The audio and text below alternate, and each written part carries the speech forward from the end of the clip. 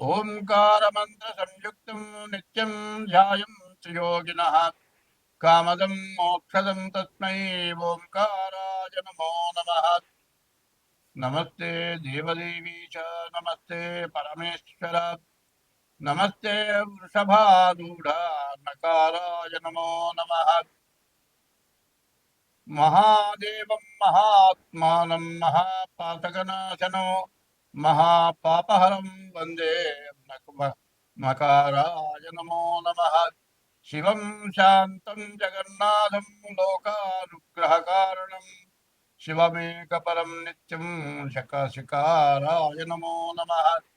వాహనం వృషభో యశ్చ వాసుకీ కంఠభూషణం వామే శక్తిధరం వందే మకారాయ నమో నమః.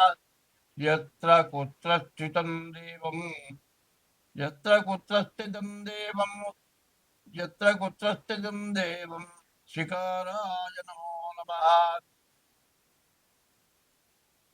కొత్త సంవత్సరం 2006 జనవరిలో కొత్త సంవత్సరం పండుగ చేసుకున్నారు జనం. కానీ మన పండుగ మాత్రం కాదది. అది ఇంగ్లీష్ వాళ్ళ పండగ.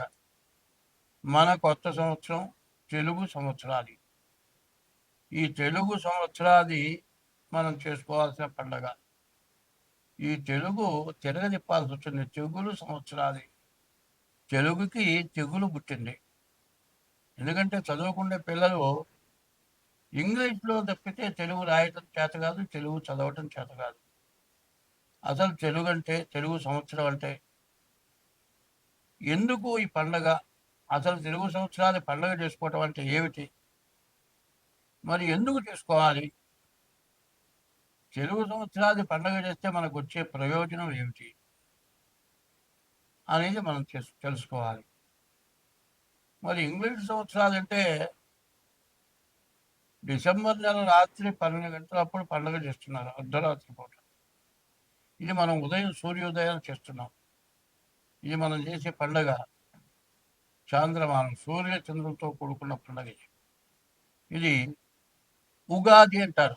సంవత్సరాది ఉగాది. మామూలుగా మాట్లాడితే ఉగాది తెలుగు సంవత్సరాది అంటారు. సంవత్సరం మొదలు సంవత్సరాది. కానీ ఇది యుగాది. యుగాది అంటారు.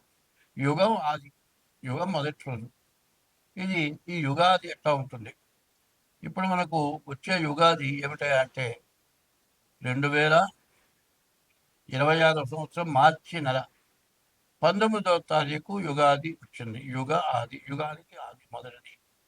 అది ఆ యుగాది పండుగ మనం చేసుకుంటున్నాం.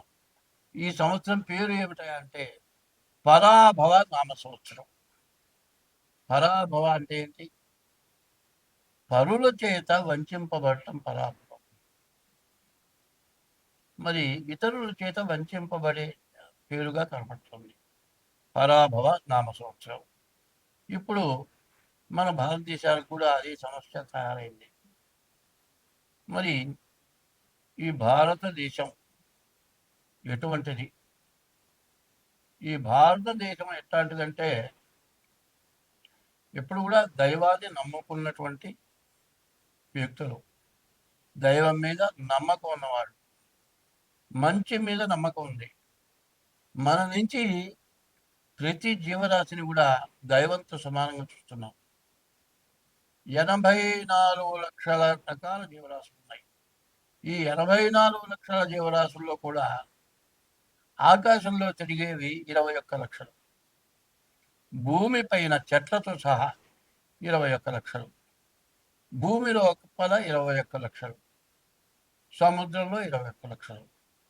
4 84 లక్షల జీవరాశులు. మన ఈ భారతదేశంలో ఉన్నటువంటి ఈ హిందూ సాంప్రదాయం యొక్క లక్షణం ఏంటంటే ఏ జీవరాశిని కూడా హింసించడం మన ధర్మం కాదు. హింసకి దూరంగా ఉండటమే మన ధర్మం. మరి హింసకి దూరంగా ఉండటం అనేది శాకాహారం తింటమే జరుగుతుంది. శాకాహారం కూడా ఒక రకంగా హింస. ఎందుకంటే ఒక పండు ఉంది, దాని విత్తనం వేస్తే మొక్క వస్తుంది. మొక్క వచ్చిందంటే జీవం ఉన్నట్టే. మరి మన హిందూ ధర్మంలో పండి రాలిపోయిన ఆకులు తింటే హింసకి దూరంగా ఉన్నట్టు. అటువంటి మనస్తత్వం గల మరి మతం మన హిందూ మతం. ఈ హిందువులు ఈ భారతదేశంలో ఎవరిని హింసించేటువంటి లక్షణాలు లేవు. ఎవరిని ఎందుకు ద్వేషం లేకుండా ఉంటాం. అందరితో మతం అంటే సమ్మతం, సమ్మతము మతము. ఈ సమ్మతం అంటే అందరితో కలిసి ఉండటమే సమ్మతం. ఎవరితో కూడా విడిగా ఉండకపోవటమే సమ్మతం. ఈ మతం యొక్క స్వభావం ఎవరి ఎందుకు ద్వేషం లేదు. అట్లా ఉండబట్టి మన భారతదేశంలో అన్ని దేశాల వాళ్ళు, ప్రపంచ దేశాల్లో ఉన్నటువంటి వాళ్ళు, మన మతం కాని వాళ్ళు, అనేక రకాల మతస్థులు, అనేక రకాల భాష ఉన్నవాళ్ళు అందరూ కూడా మన హిందూ దేశంలో జీవిస్తూ ఉన్నారు. వాళ్ళందరూ కూడా ఉండటానికి, జీవించడానికి అవకాశం మనం ఇచ్చాం. ఎవరెందు ద్వేషం లేకుండా ఉన్నాం. కానీ ఈ ఉగాది సంవత్సరం ఎట్లా ఉంది అనేది మనం చెప్పుకోవాలి. ఎందుకంటే ఎటువంటి కష్టాన్నైనా సరే ఓర్చడం మన హిందూ మతం యొక్క సమ్మతం. ఎట్లా ఉంది అంటే మన దేశానికి వచ్చి, ఇక్కడ జీవితం బతకడానికి వచ్చి, మన మీద మనల్ని ఇబ్బంది పెట్టి, మన పరిపాలన పోగొట్టి వాళ్ళ పరిపాలన వచ్చి మనల్ని హింసించినా కూడా వాళ్ళని ద్వేషించలే మనం.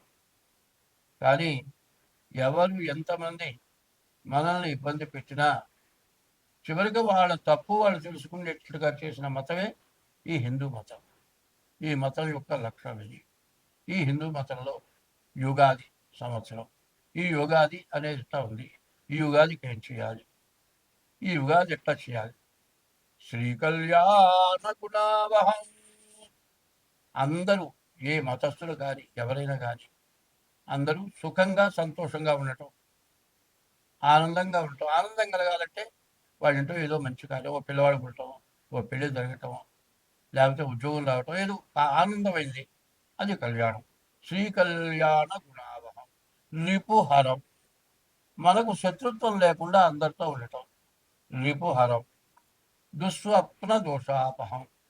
మనకు కళలు వస్తుంటాయి రాత్రిపూట. వచ్చిన కళ ఎట్లా ఉంటుందంటే నిద్ర లేచి మెళుకు వచ్చిన తర్వాత కూడా నిజంగా జరిగినట్లే.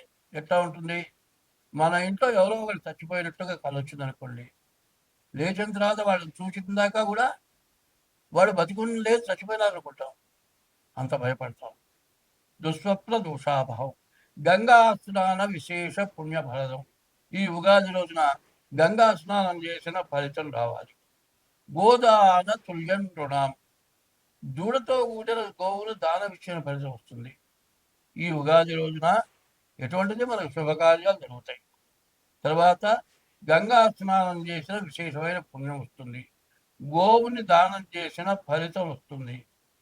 ఆయుస్సు పెరుగుతుంది. ఆయుర్వృద్ధికరం, శుభకరం. మంచి సంతానం కలుగుతారు. సంతాన సంపత్ప్రదం. నానా శాస్త్ర సుసాధనం. అనేక శాస్త్రాలు ఉన్నాయి. ఏ ఒక్క శాస్త్రం పూర్తిగా చదవటం కూడా చాలా కష్టం. ఈ యుగాది రోజున నానా శాస్త్రాలు చదివినంత ఫలం వస్తుంది. ఈ సంవత్సరాలు పండుగ చేస్తే సముచితం పంచాంగం ఆకర్ణ్యతం. ఈ పంచాంగం వింటే ఇవన్నీ వస్తాయి. ఈ పంచాంగం ఎట్లా ఉంటుంది మరి, తిథి, వారం, నక్షత్రం, యోగం, కరణం, ఈ 5 కలిసి పంచాంగం. ఈ పంచాంగ శ్రవణం ఈ సంవత్సరాది పండుగ రోజున మనం చేస్తున్నాం. ఈ సంవత్సరాది పండుగ ఎందుకు చేస్తున్నాము అనేది ఇట్లా చేసినట్లయితే మనకు ఏ గ్రహ దోషాలు ఉన్నా కూడా ఈ దోషాలన్నీ మనకు పోతాయి. అయితే ఈ పండుగ రోజు మన ఇష్టదైవాన్ని పూజిస్తున్నాం. పూజించి వేప పూతతోటి ప్రసాదం చేస్తున్నాం. ఈ వేప పూత తీసుకొచ్చి, వేప పూత, మామిడికాయ, మరి చింతపండు రసం లేకపోతే తేనె, మరి మామిడికాయ, వేపపూత, చింతపండు, తేనె, బెల్లం, ఇవన్నీ కూడా 5 రకాలు. చేదు, పులుపు, వగరు, తీపి. మరి ఈ 5 రకాలు షడ్రుచులు అంటారు. 6 రుచులు ఇందులో నీళ్లు కూడా కలుస్తున్నాయి. 6 రుచుల పదార్థాలను పెట్టి నివేదన పెట్టి దేవుడికి ఆ ప్రసాదం మనం నోట్లో వేసుకున్నాం. ఆ నోట్లో వేసుకుని జల్లు అంటుంది ఒళ్ళు. ఎందుకంటే ఎటువంటి కష్టానికి, ఎటువంటి సుఖానికి కూడా దడవకుండా మేము ముందుకు వెళ్తాము అని చెప్పుకోవటానికే ఈ వేప పూత ప్రసాదం. దేవుడు పూజ చేసి వేప పూత ప్రసాదం తింటున్నాం. అయితే ఈ సంవత్సరం ఫలితం ఏమిటి మనం తెలుసుకోవాలి. ఎందుకంటే 2025 నుంచి ఎక్కువగా పాపగ్రహాల యొక్క ఆధిపత్యం ఎక్కువ ఉంది. నవనాయకులు అన్నారు. సూర్యుడి దగ్గర నుంచి కేతు వరకు 9 మంది గ్రహాలు. ఈ 9 గ్రహాల్లో పాపగ్రహాల యొక్క బలం ఎక్కువగా ఉంది. అంటే దానివల్ల ఏమిటంటే దుర్మార్గుల యొక్క బలం ఎక్కువగా ఉంది, మంచివాళ్ళ యొక్క బలం తక్కువగా ఉంది.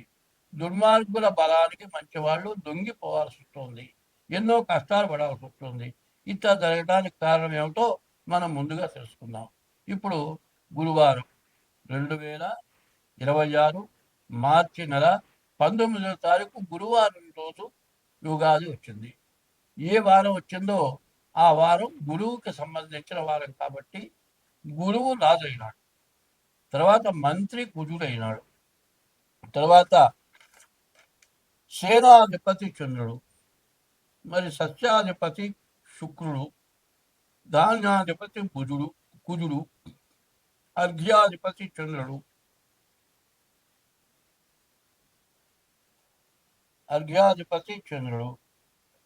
ఇట్లా మేఘాధిపతి చంద్రుడు, రసాధిపతి సూర్యుడు, నీరసాధిపతి శుక్రుడు. ఇట్లా ఈ 9 గ్రహాలు వచ్చినాయి. ఈ 9 గ్రహాల యొక్క ఆధిపత్యం వచ్చింది. దీనివల్ల మనకు వచ్చే ఫలితం ఏమిటి? గురువు రాజవటం చేత, గురువు బ్రాహ్మణ జాతి గ్రహం కాబట్టి ఎవరు ఏం తప్పు చేసినా వాళ్ళ మంచే కోరుతారు. ఇప్పుడు రాజు యొక్క స్వభావం ఏంటంటే చెప్పిన మాట విని దండెత్తడం జరుగుతుంది, అన్ని కళ్ళతో చూడటంలే. కానీ రాజు గురువు అవటం చేత బ్రాహ్మణ జాతి గ్రహం అయిన తర్వాత ఎవరు ఏది చెప్పినా కూడా దాన్ని విచారించి వాళ్ళని మరణశిక్ష వేసే వాళ్ళని కూడా మరణశిక్ష వేయకుండా వాళ్ళ తప్పేదో తెలియచేసి వాళ్ళని బాగా చూడటం, ప్రపంచాన్ని చక్కగా పరిపాలించటం రాజు అయినటువంటి గురువు యొక్క లక్షణం. ఈ సంవత్సరం రాజు గురువైనాడు. ప్రజలంతా కూడా సుభిక్షంగా, ఆనందంగా, సుఖంగా, సంతోషంగా బతకటానికి మంచి అవకాశం కూడా కనపడుతుంది. అయితే కష్టాలు ఎన్నైనా రావచ్చు. అన్ని కష్టాలను కూడా తప్పించుకొని రాజు గురువు అవటం చేత మనంతా కూడా సుఖంగా, సంతోషంగా ఉంటాం. మంత్రి కుజుడు. ఈ కుజుడు రక్త సంబంధమైన వాడు. దీనివల్ల ఈ మంత్రి కుజుడైతే కలహాలు, తగాదాలు, యుద్ధాలు, అగ్ని భయం, దొంగల భయం, వర్షాలు మధ్య మధ్యగా కురుస్తాయి, ధాన్యాదులు అన్ని కూడా ప్రతివి కూడా ధరలు పెరుగుతాయి, లోహాలు కూడా ధరలు పెరుగుతాయి. మరి ప్రతి వస్తువులు కూడా ధరలు పెరగటం ఇదొక పద్ధతి మంత్రి వల్ల వస్తుంది. తర్వాత మూడో వాళ్ళు ఎవరు? చంద్రుడు. ఈ చంద్రుడికి దాదాపు 3 ఆధిపత్యాలు వచ్చినాయి. ఈ చంద్రుడు కూడా బ్రాహ్మణ గ్రహం. మూడో వాడు సేనాధిపతి చంద్రుడు. ఈ సేనాధిపతి చంద్రుడు అవటం చేత తెల్లటి ధాన్యాలన్నీ పండుతాయి. తెల్లవిటి అంటే ముందు బియ్యం బాగా పండుతాయి. అయితే బియ్యం బాగా మరి రేటు పెరుగుతుంది. బంగారం, పెట్రోలు, వెన్న, నెయ్యి, పంచదార, నూలు వస్త్రాలు ఇవన్నీ కూడా బాగా ధరలు పెరుగుతాయి. తర్వాత 4వ వాడు సస్యాధిపతి. 2026 సంవత్సరం 3వ రాశి మిథున రాశి. ఈ మిథున రాశి ఎట్లా ఉన్నది అంటే ఈ మిథున రాశికి శుక్రుడు, కేతువు తప్పితే ఏ గ్రహాలు బాగాలేవు. ఈ రాశి పూర్తిగా బాగాలేదు అని చెప్పాలి. శుక్రుడు వల్ల వివాహం కాని వాళ్ళకి వివాహం అవుతుంది, మీ మాట కుదురుతుంది. కానీ ఈ రాశి వాళ్ళకి సమస్యలు బాగా ఎక్కువగా ఉంటాయి. చదువుకునే వాళ్ళు చదువు సాగడం కష్టం, ఉద్యోగం చాలా కష్టంగా ఉంటుంది. విదేశాలకు వెళ్తే తిరిగి రావాల్సిన అవసరం ఉంటుంది, ఉద్యోగం దొరకకపోవచ్చు, కష్ట నష్టాలు ఎక్కువగా ఉండవచ్చు. ఈ రాశి వాళ్ళు ఈ సంవత్సరం డేట్ ఆఫ్ బర్త్ ద్వారా జాతకం చూపించుకోవడం చాలా అవసరం. దాదాపు 8 గ్రహాల్లో 2 గ్రహాలు బాగున్నాయి, 6 గ్రహాలు బాగాలేదు.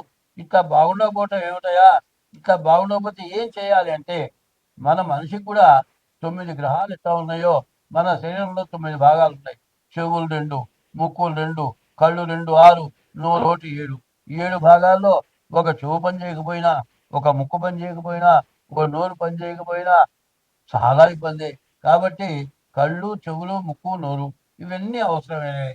ఇందులో ఏది పని చేయకపోయినా చాలా ఇబ్బంది. కాబట్టి ఈ 9 గ్రహాలు 9కి సంబంధించినవి. కాబట్టి ఈ రాశి వాళ్ళకి చాలా కష్టంగా ఉంది. ఈ రాశి వాళ్ళు చాలా జాగ్రత్త పడండి. స్వస్తి.